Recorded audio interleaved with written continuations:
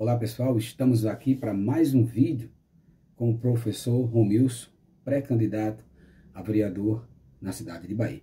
E hoje nós vamos dar continuidade aos nossos vídeos com relação à pavimentação. E hoje, nesse vídeo, nós iremos tratar alguns pontos como Estatuto da Cidade, Lei de Regulamentação, fundiária, claro, de acordo com a Lei Federal 13.465 de 2017. Vamos também falar sobre o plano diretor municipal. Então, tudo pontos que estão ligados para esse trabalho, de modo que possa ser feito um planejamento para que as ruas elas possam ser asfaltadas e ajudar de um modo geral, para ver quem são os responsáveis, a quem recorrer, o que fazer para ter, claro, no seu bairro, a sua rua digna de se morar no ambiente que você vive. Então fica conosco e deixa o teu like, faz o teu comentário, tua sugestão, também comenta se onde você mora as ruas são ou não são asfaltadas, tá ok? Se o que é que está havendo, porque ela ainda não foi, qual foi o empecilho, qual a dificuldade, se ela esbarrou em alguma lei, se não é possível porque está faltando fazer uma coisa antes da outra. Então, não deixe de participar, estamos aqui para nos ajudar, porque como eu e você, às vezes nós somos leigos em algumas coisas, mas com pesquisa, estudo e analisando a situação, a gente pode chegar a um conhecimento comum e saber como cobrar das autoridades, tá certo? Vamos lá, no primeiro ponto, o que é que a gente entende? Tudo que foi tratado nesses vídeos são justamente situações que são informações que estão alinhadas, pessoal, com várias diretrizes e leis, que regem de uma forma o planejamento urbano, de uma cidade, de um município, de um bairro, certo? E também a execução de obras públicas pelo Brasil, no caso aqui, em nossa cidade. Certo? Então, o primeiro ponto que nós vamos falar, que vocês devem, que eu comentei anteriormente, foi o Estatuto da Cidade, que está na Lei Federal, número 10.257, de 2001. Então, pode ter havido algumas mudanças, aquilo tudo, mas o que seria essa lei? Então, essa lei, ela contém nela diretrizes gerais. Diretrizes essas que o que, professor? Que ela estabelece, tá certo? Diretrizes para o desenvolvimento urbano. Então são regras, normas que vão nortear como deve ser feito essa situação. Então tem que, como é que eu posso dizer, obedecer a esse estatuto e por esse estatuto, tá certo? Onde ele inclui regularização pública, tá certo? E a promoção de melhorias nas áreas de ocupação, que às vezes de forma assim não apropriada, ou seja, irregular. Então vai estudar e ver como é que ele pode fazer para organizar essa situação de irregularidade, tá certo?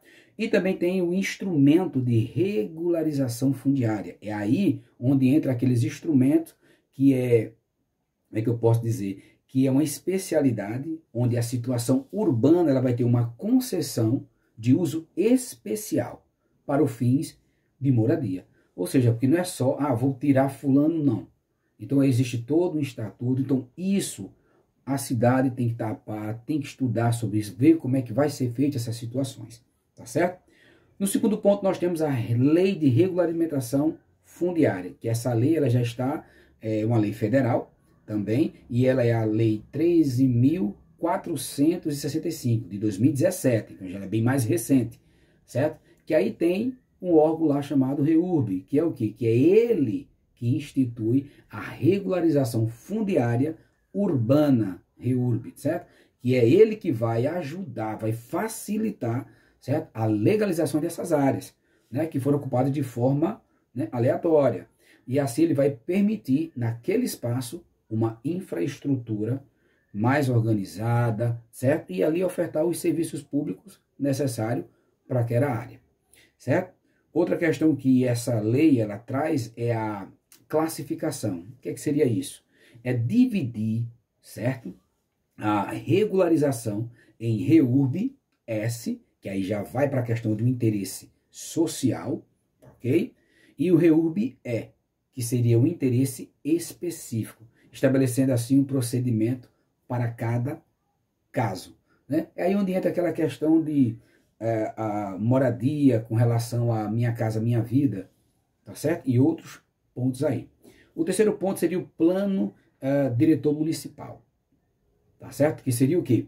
Essas são diretrizes que cada município, cada cidade, cada município, ele deve ter um plano que vá orientar esse desenvolvimento urbano, incluindo sim a regulamentação fundiária e de infraestrutura, certo? Outra questão é a participação popular. Então, o plano diretor, ele deve ser elaborado com a participação da comunidade. Ou seja, a prefeitura não pode chegar e não vou fazer. Não, tem que ouvir a população. Porque ela sabe o que tem naquela região ali. Por mais que seja uma questão irregular, mas aí, agora, como eles já estão lá um determinado tempo, eles precisam elencar os problemas, a situação e ver como trabalhar. Então, tudo isso o Estatuto traz para que seja feita uma coisa ordenada, tá certo? Para organizar aquilo que foi feito de forma irregular, infelizmente, tá certo? E nisso, o que é que acontece? A participação da comunidade, ela é de suma importância, porque é ela que vai garantir as necessidades locais e que essas necessidades elas possam ser consideradas, tá certo? É isso que a gente tem que andar. Outro ponto bem importante são o Código de Obra e Edificação Municipal, que esse código está conectado, ligado às questões das normas técnicas. Então, claro, tem que se avaliar, tem que olhar o local, é possível, não é possível, então tudo, porque não adianta você realocar, não adianta você fazer e depois não dá certo. Então, tudo tem que ser feito de forma bem estruturada. Por isso que a gente, como pré-candidato, a gente não pode chegar e dizer, eu vou fazer isso, vou fazer aquilo. Não. Porque, primeiro, tudo isso que é estudado, a gente tem que ver. Então, isso que eu estou falando aqui são diretrizes gerais. Mas as pessoas que estão envolvidas em cada, digamos assim, vamos colocar área dessa, eles sabem o que tem que se fazer. É por isso que nos vídeos anteriores mostra que a prefeitura, tanto o prefeito quanto o vereador, ele tem que o quê? Unir essas equipes e ver, ó, região tal, é possível isso? Região tal, como é que pode? Ah, não, o solo é assim, o solo é... Então, tudo tem que ser bem trabalhado para que possa ser um trabalho bem feito e que ele fique, certo? Com uma durabilidade enorme, porque enquanto você vai fazendo de bairro a bairro, então, para que não, quando terminar tudo, o outro já está com déficit a estrutura já está quebrando e assim vai, tá ok? Outra coisa, o licenciamento ainda nessa questão de códigos de obras de edificação municipal, que seria o quê? Estabelecer requisitos, tá certo?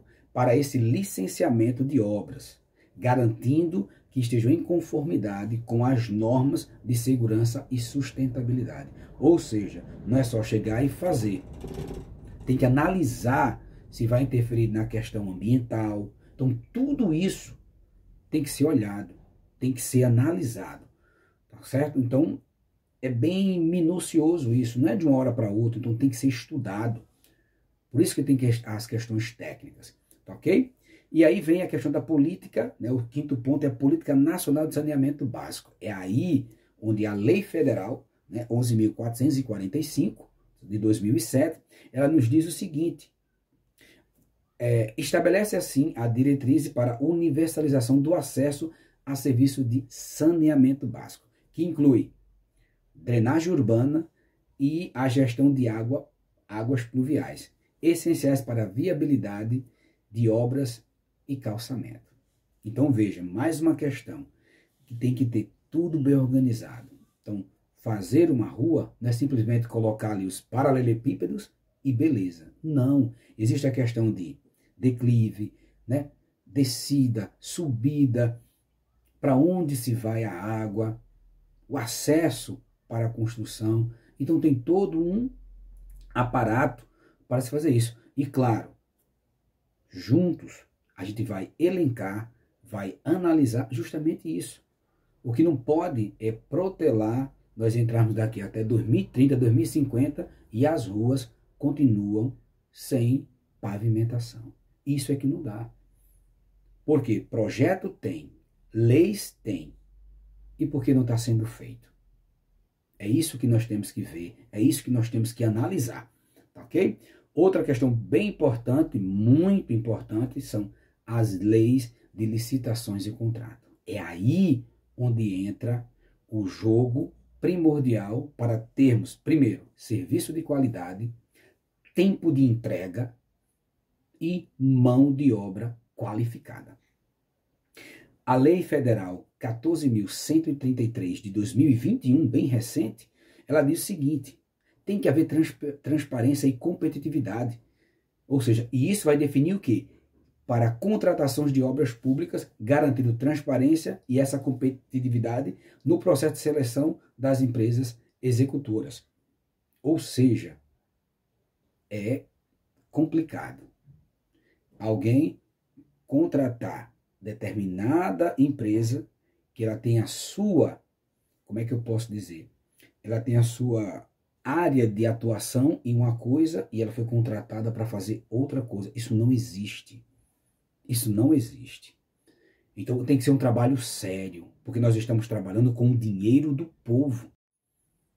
Ah, veio da União, sim, mas foi dinheiro de imposto. Ah, veio do Estado, mas foi dinheiro do imposto. Ah, veio do município, mas é dinheiro de imposto. E o dinheiro de imposto é teu e meu, é nosso.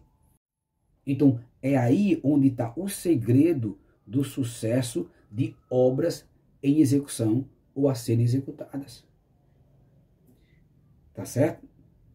Aí, continuando. Sétimo, tem diretrizes do Ministério das Cidades e programas federais. O que é isso?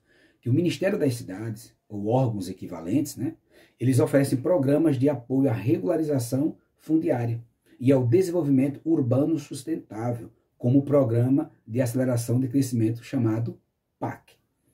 E também o Minha Casa, Minha Vida. Porque muitas das vezes o local ali não há possibilidade, então tem que realocar essas pessoas. É aí onde entra o programa do governo, para realocar essas pessoas. E ali organizar aquela região a ser feita ali a pavimentação necessária, entendeu? Mas tudo com ordenança, tá certo? E nisso nós podemos citar o programa Minha Casa Minha Vida e o Programa Nacional de Habitação Urbana, o PNHU, certo? Que esse, o último que eu falei, ele foca em melhorar as condições de moradia e infraestrutura em áreas urbanas vulneráveis.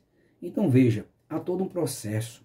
Tem como sim, prefeitura fazendo o seu papel, o prefeito, o vereador e as empresas contratadas sendo fiscalizadas para entregar em tempo hábil ou ali o seu serviço ao qual ela foi contratada para fazer na cidade, no município. O que falta é isso: gestão, organização e mão de obra qualificada. E por último, população de olho naquilo que está sendo feito na sua, na minha cidade. Sou o professor Romilson, estou no Partido Novo, estou com Glicério, pré-candidato a prefeito de Bahia. Estamos juntos, porque nessa caminhada ela não é minha, não é sua só, é nossa. Que Deus nos abençoe e rumo à luta, claro, com sabedoria, com dedicação e acima de tudo, lembrando, o foco principal é o povo, a população. Obrigado.